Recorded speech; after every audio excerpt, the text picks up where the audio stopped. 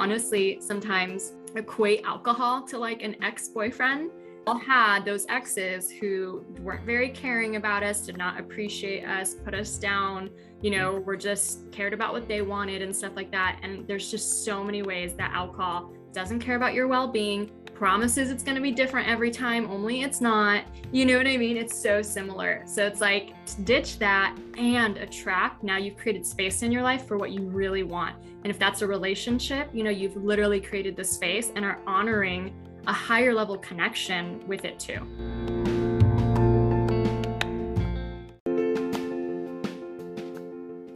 Hey there, lady. My name is Molly Conley, and I'm devoted to helping women reinvent their love lives, whether that's after divorce, dating on and off the apps, or in their committed relationship.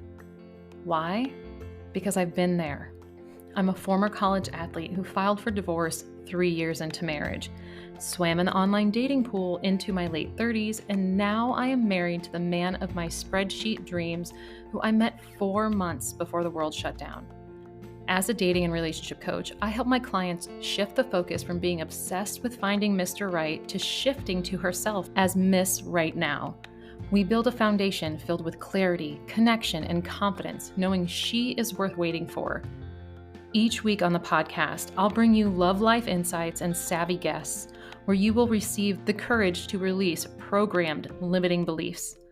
Discover patterns and behaviors restricting you from finding and attracting quality men, and ways to choose yourself first so you can build a foundation for a healthy relationship with yourself and a partner. Hey there, lady. You are listening to the Reinventing the Arena podcast. If this is your first time joining, welcome. I have a very special guest with me today, alcohol-free and empowerment coach, Karolina Rzadkowolska. She's the best-selling author of Euphoric, Ditch Alcohol and Gain a Happier, More Confident You. Welcome to the show. I've been looking forward to chatting with you for weeks. Oh, Molly, it's such a pleasure. I'm so excited. Well, thank you so much. I just have to say, I know I mentioned this earlier, listening to you on Jenna Kutcher's podcast and reading your book, Euphoric, I feel that the alcohol-free lifestyle is a path that I want to be on. And I was curious if you would share about your path to an alcohol-free lifestyle and actually how that even led to your greater purpose. Yeah, thank you so much. And I really do believe that it's the most intuitive women who decide to reevaluate the role of alcohol in our lives, because other than that, it's such a automatic habit. You know what I mean? Like we start drinking often when we're in college or high school or grad school, whatever it is. And then it's just something we repeat kind of without thinking about as just part of our social fabric of our lives. And so, when I was growing up, obviously that's kind of my story. I went to college, I partied way too hard. I learned to drink then, and I definitely was overdoing it. But as I grew up, I also started to kind of settle down and get really into health and mindfulness. And so by the time I'm in my late 20s, early 30s, I do the healthiest things during the week. Monday through Thursday, I'm drinking green juices, I'm going to yoga classes, I'm meditating, all that stuff. And every single weekend, alcohol still plays a huge role. I go out with my friends, Netflix and wine at home, your wedding, your happy hour, your sushi night, whatever. No matter what, every single weekend, alcohol was involved. And every single Monday, I woke up with this crushing shame. I woke up feeling obviously groggy, tired. And just like all that progress I made throughout that healthy week was completely bulldozed by the weekend. And I would look at my calendar and I'd just be like, can we please just take a break? Can I please just have some space away from this? And I would be like, oh, no, but you have that networking event on Friday or whatever it was. And I just wasn't granting myself that permission to explore an alcohol-free lifestyle. I thought I basically assumed I had to drink.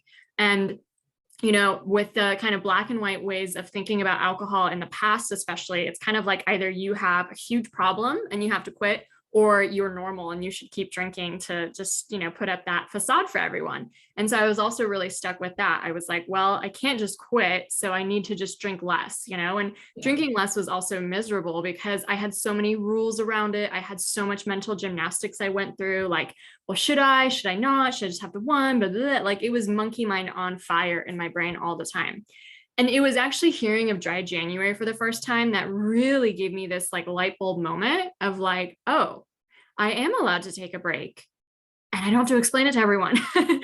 And that for me, like, was again that permission I really needed to try this lifestyle on. And I did. And I honestly fell in love.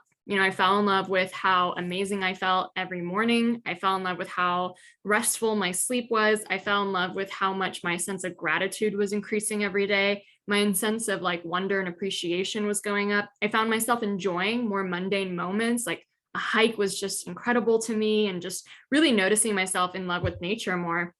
So January is great, but now February comes around and the dry January part is over. And so, I start drinking again, basically at social events, because again, I still have this really strong belief that a normal adult drinks. And if I want to be a normal adult, I have to drink.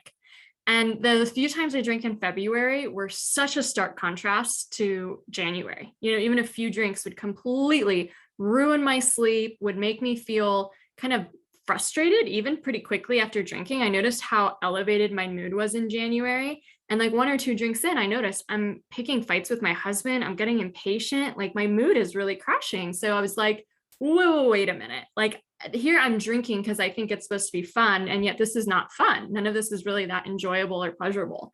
So that's when I decided to take another break from alcohol. And that break basically lasted over 5 years. And I continued to be alcohol free.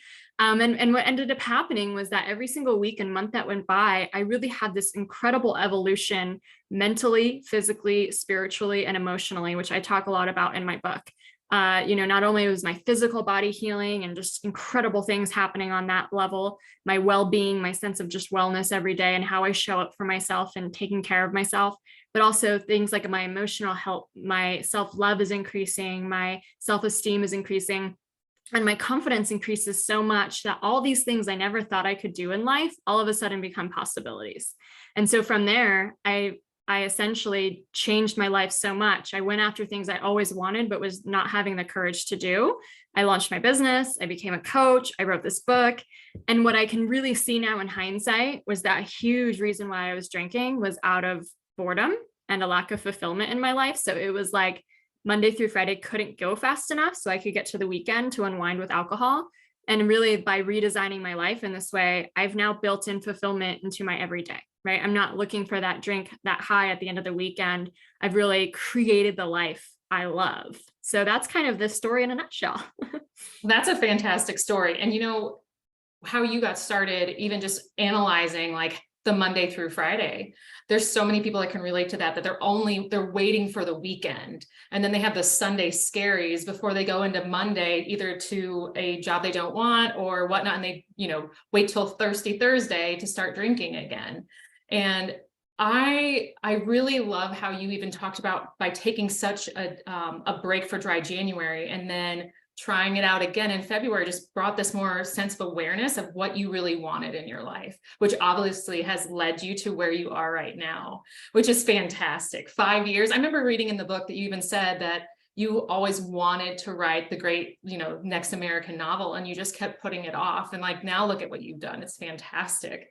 Yes. And I have a line about that where like when I was drinking, it was so much easier to just open that bottle of wine than do that big dream. You know what I mean? And so to me, all my goals and dreams, like I put off as these someday goals. I didn't really, really believe they're possible for me. Someday I'll do that. Someday, maybe if a magic genie grants me a wish, this is what I'd want. But I wasn't actively working on them whatsoever. And in the 5 years alcohol free, like what I've achieved and like how I've redesigned my life, I mean, it's not just me, it's so many women I worked with who have this incredible explosion of not only confidence, self-love, courage, ambition that really does help them go after what they want to. Oh yeah, because they see you as a role model, that's even better. Like they could work with you one-on-one or in a group setting and then get to also say, well, she's done it, I can do it too. It's fantastic. Absolutely. Can you share more about like how the culture and the personal relationships impact how we view drinking, even if that's how we just engage with others, not wanting to be judged for not drinking, or those self-imposed interpretations of who we're supposed to be in certain situations, like the wedding and the networking. Yeah, absolutely. Well, and I just want to, preface to say that, as the science gets more and more comprehensive and really updated, we're really learning that there's just no safe amount of alcohol that's really good for the body, right? But that hasn't really become a mainstream idea yet, because essentially we are completely socialized and surrounded by alcohol. So you grow up. I literally believe that drinking is a rite of passage. You go through from being a child or an adolescent into someone who starts drinking alcohol. You saw adults doing it, you saw TV shows, you saw movies, and one day you become the person who does it too, right? It literally is a rite of passage. And it does, whether you go through in college or whatnot, there's a place and time for everyone's life where it's just the norm. And if you want to belong, you better adopt that norm as well. So let's recognize how powerful that is on all of us, right? In addition to that, then it's baked into every social institution for the rest of our lives. You can go to any social event past 5 p.m., alcohol is going to be included. And if you don't drink at that event, then that raises the red flag or the questions, right? So it's this expectation then that's placed on us to drink at every social occasion. Back in the 90s, also, there was this one person who started saying that red wine is good for the heart and you should drink every single day. This has now been completely debunked in all of the science about how bad alcohol actually is for the heart. But what essentially happens over the last 3 decades is alcohol is touted as a health beverage. You should be drinking every day. So not only are we taking alcohol as this thing you always use socially, now doctors are telling us to do at home, drink every night with dinner, right? All of this together makes, alcohol seriously just so prolific in our lives. It's everywhere. And, for the most part, most people don't go to a dinner party and everyone gets poured one drink and then they all stop and that's the end of the party, right? No, we drink and we drink and we drink. And a Sunday fun day or a party or, it's just so normal to see people continuing to drink. And so I think what happens is that we take in all these messages that, well, drinking like this must not be bad, right? Everyone's doing it. What am I supposed to make of this, And I think too, that when you then start questioning those health effects that really do hit you when you're very aware and you're very intuitive, nobody feels good after drinking the next day. Nobody, even just one glass, it changes your body. Your body has to detox this poison. I think we start ignoring that voice because we see this social pressure, this social code of belonging, this just social way of doing things. And so then when you do start questioning the relationship you have with alcohol, that's a huge frontier to cross over of what are people going to think of me? Are people going to judge me? What am I going to say? All these kinds of things. I actually think it's a really incredible personal growth challenge though, because it's you are putting yourself, your values, and your self-love over what people think of you, over, right, the expectation other people have for your life. And so women often grow even more through this. And it's just an incredible journey to just affirm what's good for me doesn't have to matter to anyone else, and what we're really talking about at the end of the day is a beverage. Do you have the choice and the power to eat the foods you want to eat without anyone breathing down your back? Why do we get so intense and so crazy about what kind of drinks people are drinking? Someone chooses a mocktail at a party. Is it really that big of a deal? And yet we have made it a big deal because culturally we've assigned so much meaning and value to alcohol. So it's an incredible journey to go on, and it's honestly really made for the brave and for the wise. That's why I always applaud anyone who's reevaluating the role of alcohol in their life, because you could learn to not fit in a sense. Right. And make your own new social circle of other people that are wanting to be daring and challenging at the same time. Yeah. That's impactful. What I really love about all of this too is discussing how it's ingrained. And even when, you've mentioned in the book too, that it's not like you just decided out of nowhere. You had been thinking about this for months, if not years. Can you discuss even how just that's so normalized with the relationship with alcohol, with, thinking about it, but not taking this step immediately and doing cold turkey? Yeah, absolutely. And again, anytime we wake up after drinking, the body is offset, our neurochemicals are offset. And every time we drink alcohol, it's a depressant. And so alcohol actually induces our body to release stress hormones to combat that depressant. So we're releasing cortisol, adrenaline, dynorphin. Dynorphin makes us feel really low. So when the next day, if you feel a little, anxious, if you feel a little lower than you did, if you're feeling groggy because you didn't sleep well, because alcohol also really distorts and disrupts our sleep, it's normal to be oh gosh, I wish I didn't do that, right? We're left with the shame and the regret. And so, this doesn't just happen one time. It keeps happening over and over and over again. And I think that, it really takes a lot of courage to listen to that voice, because at first you're like, well, what are you talking about, voice? Everyone drinks. What do you want me to do? Right? You really want me to stop drinking? Or maybe it's not even the social pressure. Maybe it really just becomes a strong habit. And in the moment, it feels like such a reward, not the next day. Obviously, that feels like a punishment, but in the moment, it feels such a reward. And we get so attached to how that meets some of our emotional needs in that moment. So it's a really hard thing to swallow to imagine, going cold turkey. I also think the brain is really not good with the word forever. And so oftentimes we have this proposition in front of us, well, either I drink or I have to quit forever. What are you going to choose? Obviously, right? Let's just keep drinking, keep with the familiar, keep what we've always been doing. And that's what I really love about the idea of taking a break. Like, you are allowed to experiment. You're allowed to explore, just trying on something for a little bit to see how it feels, to see how it compares to the other way, right? It's kind of like apples to oranges. And in my book, you're given a 2-week or 2-month plan to follow in order to do so. And really, in order to not only, take that break, but also clear the mindset of its attachments to alcohol so that you're not left with any desires towards the end. And again, at that point, it's everyone's choice. Do you want to go back to alcohol? Great. Sure. You tried it. Now, do you want to continue in this alcohol-free lifestyle? So many people choose that way because they just feel so on fire, so alive, so empowered in this new road.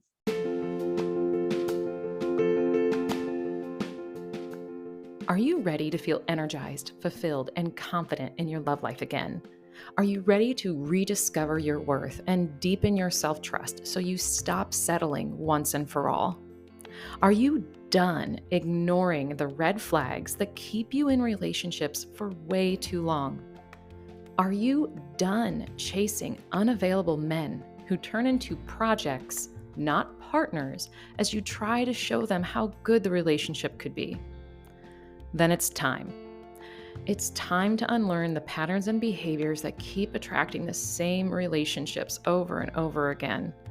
It's time to move outside of what you know and create boundaries for the deepest desires of your future self. It's time to evaluate and elevate your standards no matter what others think, say, or do. It's time to choose you. I designed an 8-week group coaching course called Building Love Inside and Out to help you release patterns and sabotaging behaviors to then create and embrace a newfound love for yourself. Each week, I will teach you my framework to do the inner work so that you create a solid foundation for a healthy, long-term relationship. You'll have a group coaching call where you can ask specific questions, whether it's about a situationship, an upcoming date, or the week's theme. And you'll be part of a community of women who are on a mission like yourself to put themselves first so that they never find themselves in a shitty relationship again, knowing that they are not alone. Plus, you get personalized support and 2 bonus one-on-one coaching sessions. And we start Monday, September 18th. So why am I sharing this with you now? To join the waitlist. When you join the waitlist, you get 3 additional perks for being a go-getter: a private Q&A over Zoom, early application access, and $500 off the entire program. Oh, and an additional perk to be announced during the Q&A. I'm closing the waitlist on Friday, July 21st, and I will not be giving out these perks out anywhere else. Otherwise, you can wait until the applications open on Monday, August 7th. I'm only accepting 10 women into the private community, and the waitlist members will get first dibs to apply. Application deadline is Friday, September 1st. Head over to my website, reinventingthearena.com/building love inside and out to get on that waitlist. Or you can find the link in the show notes. Now, let's get back to the episode. So it's actually normal, back to your question, for us to think about it for years without doing anything about it. I think the average is like 7 years. Oh, wow. And for me, I was like always, like ever since probably 2012, and I stopped drinking in 2018, I was always trying to monitor and moderate it. Like, I actually had a spreadsheet on my computer that listed how many drinks I had that week. And I was always trying to get 7 or under. And I'd be so proud of myself when I could put 0 or 1. And then I was like, I went to a party and I'm like, I'm not even writing that number down. That's just embarrassing. So like I was in a way devoting so much of this like thought and just like, the intention was like, I want less and less of this in my life, but I wasn't really brave enough to kind of do very much about it, so it was taking up a lot of space. And that's again why I find just women are so intuitive, is because there is that intuitive kind of like, what if my life would be better without this? What if my wellness was like, on fire without this? What if I committed to my dreams, my goals? What if my self-care went up? What if my relationships got better? Though there's those questions, but they also are very scary questions because it causes us to leave our comfort zone into the unknown. For so long. I can only imagine filling out that spreadsheet that you mentioned. Yes. Go ahead, sorry. I was saying, seriously, I could have written 3 books in the time I was spending on that spreadsheet. Very true. I used to have a spreadsheet for like how to have, decipher what I wanted in a man and how I found my husband. I can only imagine like doing that with alcohol paired with the dating part. I will have to say that I've been using some of the tips that you have shared in your book, as well as you've shared on other podcasts. And what I find is that when I've been around others and they offer me a drink, I am doing that one positive tip of saying my sleep is so much better, which 100% it is. It's like I go to sleep, I wake up and I'm like, did I really sleep? Because I feel extremely rested, but that was just like a flash. I've been talking about lowering my stress levels and even how my eating habits have changed. I'm eating so much healthier. I'm so much more aware of what I'm eating. Would you share a tip or two in case anyone else is thinking about testing out the alcohol-free lifestyle? Absolutely. So, finding a time to commit to is beautiful. And honestly, wherever you are to start with, like that's why we have the month-long challenges. There's the 2 months that you'll go through. But, honestly, if you're so used to having alcohol around a lot, even 3 days is like working out new muscles that haven't been worked out in a while. Just feeling your emotions, going through the night with different rituals and stuff like that. When it comes to some tips, I definitely think that you don't want to deprive yourself, because if you equate going alcohol free with deprivation, for a long time, the brain registers alcohol as a reward because you have this cue, you have a long week or you go out on a date or whatever it is, the cue announces the reward is coming.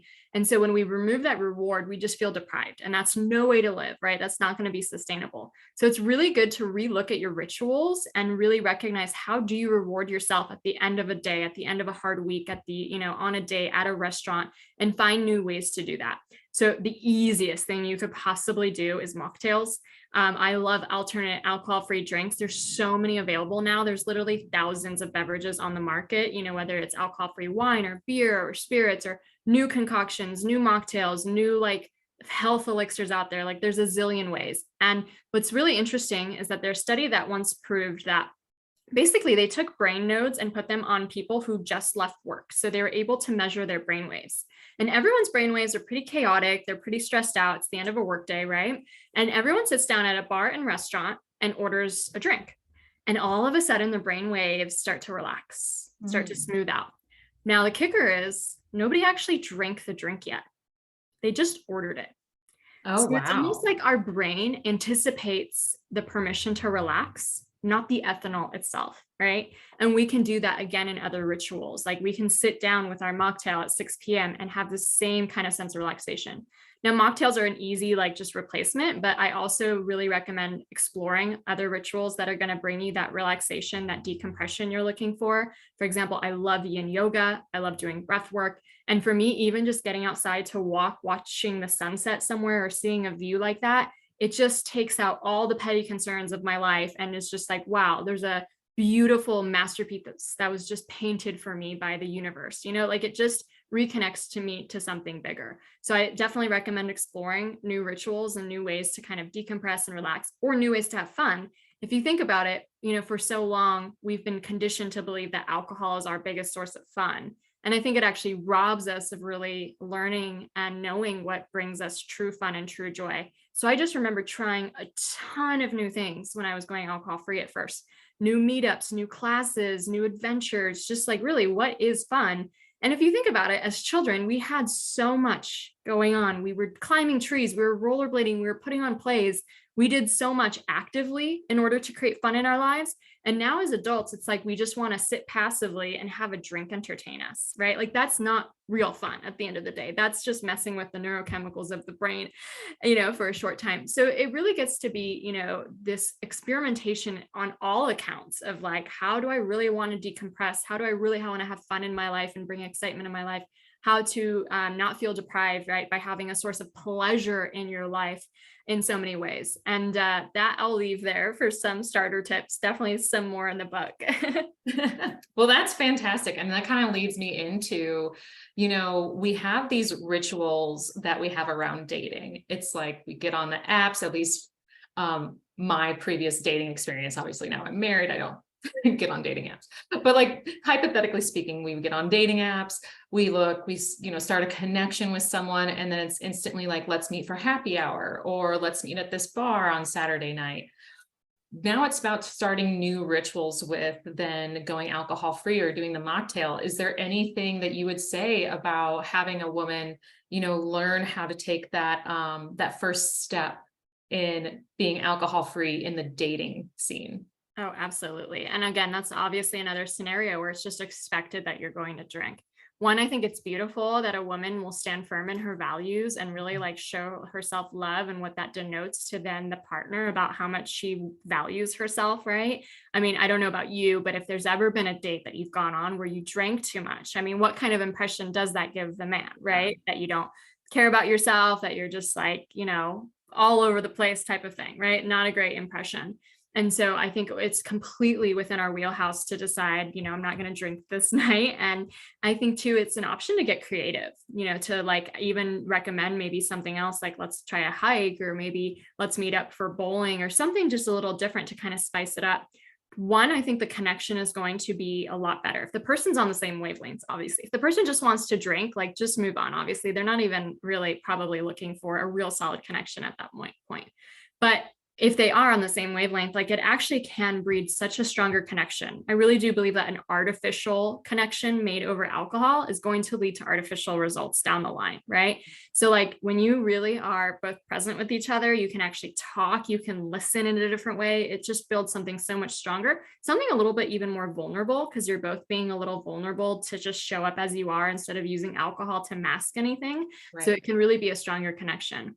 Obviously, I know not everyone's going to be on that same wavelength, but do you really want to go out on dates with like a Peter Pan type of person who still hasn't kind of grown up emotionally, spiritually, or someone who's really looking to, honor you and take care of you and really appreciate your growth as well?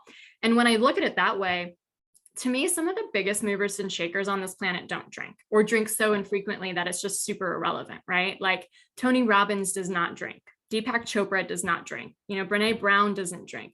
And I really noticed too, when you elevate yourself to a crowd of people who are, on their emotional healing journey, on a spiritual journey, on a business journey, alcohol just isn't that relevant in those kind of spaces, right? So like, what if you were able to attract like such a higher level person because, alcohol is not involved? And again, like when I go to like conferences or things around like 7-figure entrepreneurs, athletes, those kind of people, like alcohol just isn't necessarily a big part of the equation. So again, like this idea that everyone drinks and they're going to like feel awkward if you're not drinking, there's definitely a group of people out there who aren't, and who might also be more aligned with your growth lifestyle and what you really want out of a partner versus, the Peter Pan syndrome, which we've all been there. We've all had that. But, I honestly sometimes equate alcohol to like an ex-boyfriend, because like I'm sure we've all had those exes who weren't very caring about us, did not appreciate us, put us down, were just cared about what they wanted and stuff like that. And there's just so many ways that alcohol doesn't care about your well-being, promises it's going to be different every time, only it's not, you know what I mean? It's so similar. So it's like, ditch that and attract. Now you've created space in your life for what you really want. And if that's a relationship, you've literally created the space and are honoring a higher level connection with it too. So it's not easy by any means, obviously, no. Right? And sometimes it might be easier to say it up front, like maybe even in the app, like, hey, I don't drink, but blah, blah, blah, blah, or not. I mean, like, it doesn't have to be that big of a deal, But if it is a big deal to the other person, that's actually probably a really big red flag that they've got a lot of insecurities around their own relationship with alcohol. They're not Right. comfortable being around someone who isn't drinking, which again just begets the question, is this really the right, partner for me at this time? Yeah. And I love even how you brought up that the relationship with alcohol with a man and woman, like just when you're out together and you're drinking, it just doesn't give you that authentic connection. And authenticity is one of my values. And so, what I have noticed, even just with my husband and I, is that when we first started dating was right before the pandemic. And then, of course, the pandemic hit and there was a lot of drinking involved.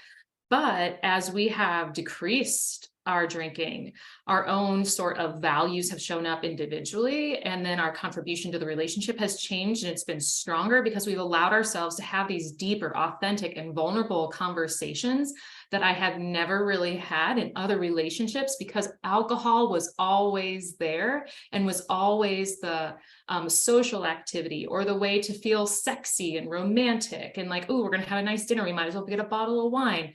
And while those things seem great, that totally keeps the relationship, no matter the duration, at a surface level. Yeah. So I really appreciate you bringing that up. That's huge. Now, other than that, there is an awesome little cool thing. Well, it's not cool. It's not small. You did something fantastic with you and your husband. Like you guys used to when you were drinking and then you decided to switch. Can you talk about that amazing sort of dating transition that you guys did together? Yeah. So yeah, I mean, our whole relationship was built on alcohol. I mean, it was like brewery, like Sunday fun days by the pool and going to winery tastings and, dinner with drinks and all that stuff. So, when I decided to take a break, we kind of had to reevaluate, like, how do we spend quality time together? And there's often sometimes, no matter what, if you're in a relationship, when it comes to alcohol, someone's going to go first. You know what I mean? Maybe the other Yes. person isn't even meant to reevaluate their relationship, but like, usually I find the women goes first. And so often a question I get from my clients is like, how do I move forward on this lifestyle without creating a rift with my partner? Because that is how we spend so much quality time together. And my answer back to them is like, you have to be very intentional about that quality time. Like it is changing and it might not be the same that it always was. And so like being intentional, again, more creative about how you spend time together is super important. So for example, my husband and I, we signed up for a half marathon together. And now date nights were, off the couch with the wine onto the trails and to running. And we would just run together and talk while we were running it. I made training so much more enjoyable. We started playing board games a lot more together. We started going on hikes together, just exploring a lot more things together. And I would say that like refocusing on bonding with him outside of alcohol really helped rebond our relationship a lot stronger. And then once I was comfortable sharing with him, like the whole why behind my decision to, go without alcohol, that also bonded us in a way, because like, no matter who you're talking to, you're not the only one who feels worse for wear after drinking. Like you guys, it's like you're finally calling the elephant in the room sometimes. And that kind of level of vulnerability might even make you grow closer with the people you're having that conversation with. Obviously, not all people, you need a very emotionally mature person to have that with, but hopefully with a partner that's solid and that's there. So I would say like we kind of fell in love with each other. And then as I, really got new ambitions and new goals and new dreams and grew my business and kind of changed our lifestyle. I mean, I quit my job, for example. I retired my husband later than that. Now we go travel the world together while building this company together. Like we have a completely different relationship than we did back then. And I have inspired him to grow. Not only does he barely drink, I mean, he still has it occasionally, which is kind of irrelevant, doesn't matter to me. But also, too, I've really inspired him to grow in so many different ways. So it's like anytime we're holding ourselves back in fear of losing another person, we're actually stunting their growth too, right? Yeah. We're stunting their opportunity to change and evolve and all these kinds of things. So, relationships are meant to evolve together. And I think again, with the right framing, it's just another beautiful exploration into how can we bond better and more. And I mean, even having sex, if people are used to only initiating sex when they're drinking after a date night Yeah. or something, that's a whole new territory to explore, right? And what a Exactly. beautiful invitation to actually really connect authentically and ask yourselves what brings us pleasure, what intimacy looks like for us, what does connection really look like, what do we want out of our sex lives? So all of it to me is just a beautiful invitation. Yeah, I really love that, encompassing everything and how to really build up the relationship to be even stronger just by removing one thing out of your life. Yeah. Another wonderful thing, if you guys go and check out her Instagram, she just, well, depending on when you listen to this, you and your husband just took a trip to, was it Japan and Bali, or was it one or the other? I can't recall. Yeah, no, we went to Japan, Australia, and Bali recently. Oh my goodness. And see, like, this is the stuff, like she has really figured out her purpose and her passion just by really evaluating your relationship with alcohol and, creating the book and helping other people become alcohol-free coaches, all these wonderful things that then you and your husband get to go and experience a different sort of life together. So that is fabulous. Such an inspiration. I mean, when I was stuck in my cubicle waiting for that Friday night, like this was the dream life. This was the unfathomable lifestyle back then, and to like really show the power of baby steps and intentionality and removing what doesn't serve us. Alcohol sometimes does serve us as we're growing up, right? It helps you maybe get out of your shell or make friends or whatever. We don't have to completely villainize it. But today, is it serving who you want to become? Is it still that, or is it an outdated pattern, an outdated habit that we can kind of let go of a little bit so that we can welcome in the next chapter and the next version of our lives? Yeah. Well, thank you so much. I'm just curious, like, where can everyone find you? Tell me all the ways that they can like connect with you and where they can find your book. Awesome, for sure. Do check out euphoricaf.com. I have a really fun guide that's called 50 Things to Do Instead of Drinking. It's like a checklist, lots of fun ideas there. You can also learn more about my programs, working with me, going on any retreats. I love hosting retreats around the world. That's why I was in Bali. Nice. All there. And then you can also find Euphoric, any bookstore, Google Euphoric in the Amazon, you'll find it there, or you could go directly to www.euphoricbook.com. And then I'm also pretty active on Instagram. That's at euphoric.af. Fantastic. Thank you so much for joining me today. I cannot wait to hear the feedback from my listeners, as well as having my husband listen to this episode just so he can see what is in front of us. So amazing. Oh, well, thank you, Molly. I had a great time. Have vacation on your mind? Yeah, me too. Catching some rays while having a little R&R is what I'm talking about. Some summer fun sounds great as long as it doesn't include the side effects from boozy beverages. The headaches, the dehydration, the horrible night's sleep, the hangover, and whatever else may come your way. Instead, try one of my favorite alcohol replacements called Moment. It's a botanical water, either still or sparkling, with no artificial flavors, no caffeine, and no added sugar. Instead, they have refreshing fruit flavors, healthy botanicals, and adaptogens. Some of my favorite flavors include blueberry ginger, spiced mango, and blood orange. Plus, I find them refreshing while hanging out poolside, by the beach, or lounging at the lake. If you want to give them a try, use my promo code Reinventing the Arena at checkout for 15% off. The link is in the show notes.